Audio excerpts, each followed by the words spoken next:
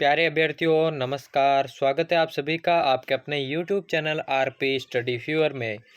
तो दोस्तों राजस्थान जीके की एक बार फिर से नई क्लास में आप सभी का स्वागत है, जहां पर हम राजस्थान जीके के अति महत्वपूर्ण प्रश्नों पर चर्चा करने वाले हैं। जी हां दोस्तों, जो भी छात्र छात्राएं BSTC 2022 ठीक है ना, BSTC 2022 की तैयारी कर रहे हैं उनके लिए यह चैनल और क्लास महत्वपूर्ण होने वाले हैं। दोस्तों राजस्थान जीके अन्य सभी कंपटीशन एग्जाम में पूछे जाते हैं तो उनके लिए भी ये महत्वपूर्ण होने वाले हैं। तो बिना किसी देर के आज की क्लास को शुरू करते हैं। पहला क्वेश्चन आपकी स्क्रीन के सामने है, राजस्थान का सबसे प्राचीन शिलालेख माना जाता है। ऑप्शंस की बात करें, कणस्वा का शिलालेख, चित्तौड़गढ़ का शिलालेख, नागदा का शिलालेख या फिर बड़ली का शिलालेख। सभी अभ्यर्थियों को कमेंट बॉक्स ओपन करके रखना है और प्रत्येक प्रश्न का आंसर आपको देते रहना है। राजस्थान का सबसे प्राचीन शिलालेख कौन सा माना जाता है, आपको कमेंट बॉक्स में बताना है। राइट आंसर की बात करें, बड़ली का शिलालेख इसका बिल्कुल करेक्ट आंसर हो जाएगा। चलिए बढ़ते हैं अगले प्रश्न की ओर। राजस्थान में पुरातत्व एवं संग्रहालय विभाग का गठन कब हुआ? राजस्थान में पुरातत्व एवं संग्रहालय विभाग का जो गठन है कब हुआ था? 1954, 1956, 1950 या फिर 1952? कौन सा इसका करेक्ट आंसर होगा, जल्दी से बताइए। कौन सा करेक्ट हो जाएगा, जल्दी से बताइए। राइट आंसर क्या हो जाएगा? देखिए राजस्थान में पुरातत्व एवं संग्रहालय विभाग का जो गठन है 1950 में हुआ था। तीसरा ऑप्शन इसका करेक्ट हो जाएगा। अगला प्रश्न देखिए, मारवाड़ राज्य का संस्थापक कौन था? मारवाड़ राज्य का संस्थापक कौन था? इनमें से राव सूजा, राव गंगा, राव सिंहा या फिर राव चुंडा? कौन सा करेक्ट आंसर हो जाएगा, जल्दी से बताइए। राजस्थान की हिस्ट्री से अधिकतर प्रश्न आपको मिलेंगे दोस्तों। मारवाड़ राज्य का संस्थापक कौन माना जाता है, आपको बताना। देखिए करेक्ट आंसर की बात करें, मारवाड़ राज्य का जो संस्थापक था वो था दोस्तों राव सिंहा। तीसरा ऑप्शन इसका करेक्ट हो जाएगा। अगला प्रश्न देखिए, खानवा के युद्ध में गायल सांगा का स्थान किसने ग्रहण किया? खानवा के युद्ध में गायल सांगा का स्थान किसने ग्रहण किया? जाला सज्जा, जाला राजा, जाला अज्जा या फिर जाला बिदा? कौन सा इसका करेक्ट आंसर हो जाएगा? देखिए खानवा के युद्ध की बात करें दोस्तों, 1527 में यह युद्ध लड़ा गया था बाबर और राणा सांगा के मध्य। बाबर और राणा सांगा के मध्य दोस्तों ये युद्ध लड़ा गया था। और इस युद्ध में दोस्तों विजेता की बात करें तो राणा सांगा की इसमें हार हुई थी, ठीक है ना। राणा सांगा की इसमें हार हुई थी और बाबर इसमें विजेता रहा था। और दोस्तों खानवा के युद्ध में जो सांगा का स्थान है वो दोस्तों जाला अज्जा ने ग्रहण किया था, ठीक है ना। तीसरा ऑप्शन इसका करेक्ट हो जाएगा। अगला है, चेतक का चबूतरा कहाँ पर स्थित है? चेतक का चबूतरा कहाँ स्थित है? उदयपुर, सिरोही, भीलवाड़ा या फिर बलीचा गांव? कौन से स्थान पर जो है चेतक का चबूतरा स्थित है? जल्दी से आंसर बताइए, क्या हो जाएगा करेक्ट आंसर।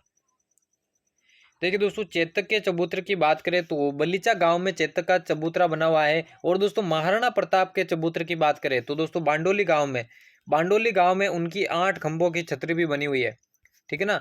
बांडोली गांव में उनकी 8 खंभों की जो छतरी बनी हुई है। यहाँ पे चेतक के चबूतरे के बारे में पूछा गया तो बलीचा गांव इसका बिल्कुल करेक्ट आंसर हो जाएगा। अगला देखिए दोस्तों, गांधी जी के चरणों में अपनी सारी संपत्ति किसने अर्पित की थी?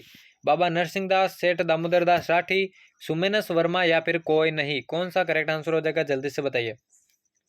गांधी जी के चरणों में अपनी सारी संपत्ति किसने अर्पित की थी, आपको बताना है। करेक्ट आंसर की बात करें, देखिए दोस्तों बाबा नरसिंह दास ने जो है अपनी सारी संपत्ति गांधी जी के चरणों में अर्पित की थी। पहला ही ऑप्शन इसका करेक्ट हो जाएगा। अगला प्रश्न देखिए, विद्या प्रचारिणी सभा कहाँ स्थापित की गई? विद्या प्रचारिणी सभा की स्थापना कहाँ पर की गई, आपको बताना है। मानगढ़, बिजोलिया, भरतपुर या फिर अजमेर? जल्दी से आंसर बताइए, क्या हो जाएगा करेक्ट आंसर। विद्या प्रचारिणी सभा का जो जो स्थापना है इसकी कहाँ पर हुई, जल्दी से बताइए। राइट आंसर क्या हो जाएगा?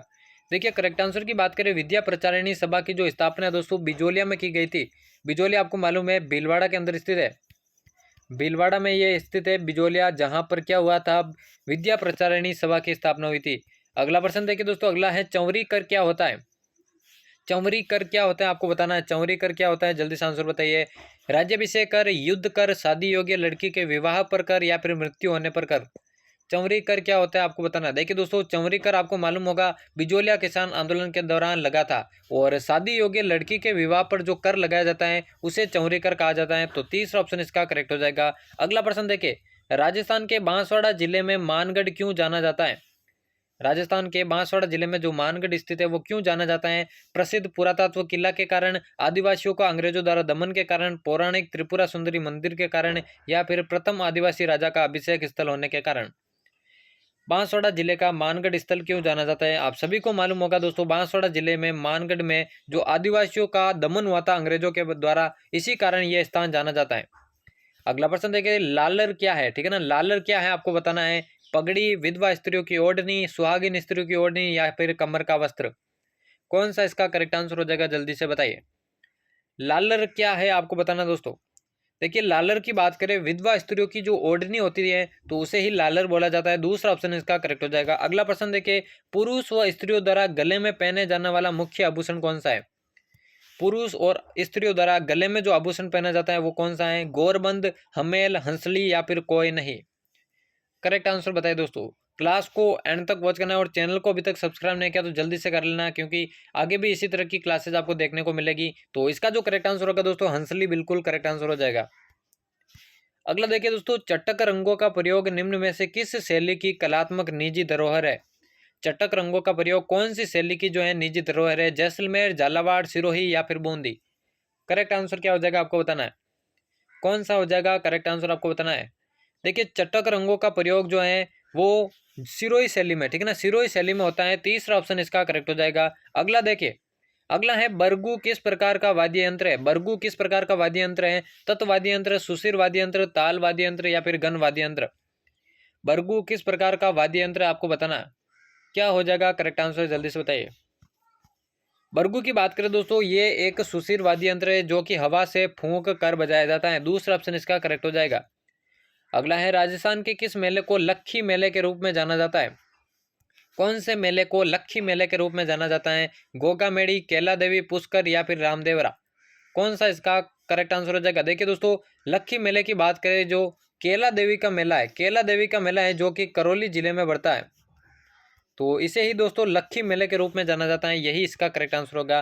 दोस्तों क्लास के एंड में बताना है कितने परसेंट आपके सही होते हैं और आपकी तैयारी कैसी चल रही है वो भी आपको कमेंट बॉक्स में बताना है। The early Chauhan dynasties Rajasthan के किस प्रमुख इतिहासकार की रचना है। इस रचना के इतिहासकार का आपको नाम बताना है। Doctor GN Sharma, GH Ojha, doctor Dasharath Sharma या फिर VN Rao. The early Chauhan dynasties किसकी कृति है आपको बताना है।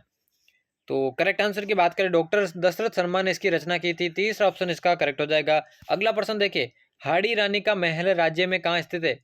हाड़ी रानी का महल जो है राज्य में कहाँ स्थित है। सलुम्बर, नाथद्वारा, मांडलगढ़ या फिर बिजोलिया।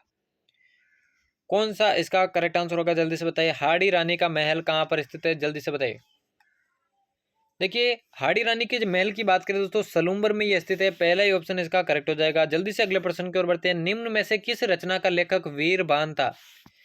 यानी कि वीरबान की कृति के बारे में आपको बताना है। वंश भास्कर, अभ्युदय, सूरज प्रकाश या फिर राजरूपक। क्या हो जाएगा करेक्ट आंसर आपको बताना है। वीरबान की रचना कौन सी है। तो देखिए दोस्तों, वीरबान की इनमें से जो राज रूपक है वो वीरबान की रचना है। चौथा ऑप्शन इसका करेक्ट हो जाएगा। अगला प्रश्न देखिए, राजस्थान में सर्वाधिक वर्षा किस स्थान पर होती है। बाली, माउंट आबू, देवगढ़ या फिर ब्यावर। कौन से स्थान पर सर्वाधिक वर्षा होती है राजस्थान के अंदर, जल्दी से आंसर बताइए। देखिए सिरोही का एक स्थल है, ठीक है ना, सिरोही का एक स्थल है जो कि माउंट आबू के नाम से जाना जाता है, जहां पर राजस्थान में सर्वाधिक वर्षा होती है। यही इसका करेक्ट आंसर हो जाएगा। देखिए दोस्तों, अगर आपसे स्थान के बारे में पूछे तो माउंट आबू हो जाएगा। वे अगर आपसे जिला पूछे तो जिला होगा झालावाड़, ठीक है ना। अगर सर्वाधिक जिला पूछे वर्षा वाला तो वो झालावाड़ होगा और स्थान पूछे तो माउंट आबू हो जाएगा। अगला है, प्रताप नामक समाचार पत्र के प्रकाशक कौन थे। मोतीलाल तेजावत, गणेश शंकर विद्यार्थी, भूप सिंह या फिर बिंदुलाल। करेक्ट आंसर बताइए क्या हो जाएगा। प्रताप नामक समाचार पत्र के प्रकाशक कौन थे आपको बताना है। देखिए करेक्ट आंसर की बात करें, इसके जो प्रकाशक थे वो थे गणेश शंकर विद्यार्थी। और आज की क्लास का होने वाला यह है दोस्तों अंतिम प्रश्न, महत्वपूर्ण प्रश्न है। लोक नाट्यों का मेरु नाट्य किसे कहा जाता है। लोक नाट्यों का मेरु नाट्य किसे कहा जाता है। भवाई, गवरी, तमाशा या फिर चारबत। कौन सा इसका करेक्ट आंसर हो जाएगा, जल्दी से बताइए। लोक नाट्यों का मेरु नाट्य आपको बताना है किसे कहा जाता है। देखिए सभी अभ्यर्थियों से निवेदन है कि 20 में से आपसे कितने होते हैं, ठीक है ना, 20 में से आपके कितने करेक्ट होते हैं वो आपको बताना है। और राजस्थान जीके की ऐसी और क्लासेज आपको इस चैनल की प्लेलिस्ट में मिल जाएगी, जहां पे आप जाके उन्हें वॉच कर सकते हैं। लोकनाट्यों के मेरुनाट्य की बात करें, गौरी को कहा जाता है, गौरी को कहा जाता है। दूसरा ऑप्शन इसका करेक्ट हो जाएगा। तो यहाँ पर हमारे अति महत्वपूर्ण प्रश्नों की क्लास समाप्त होती है। दोस्तों उम्मीद करता हूँ आज की क्लास आपको पसंद आई होगी। ऐसी ही क्लासेस चैनल पर आगे भी पाने के लिए चैनल को सब्सक्राइब करके बेल आइकन को प्रेस कर देना। तो मिलते हैं किसी और नई क्लास में, तब तक लेते हैं अलविदा, धन्यवाद।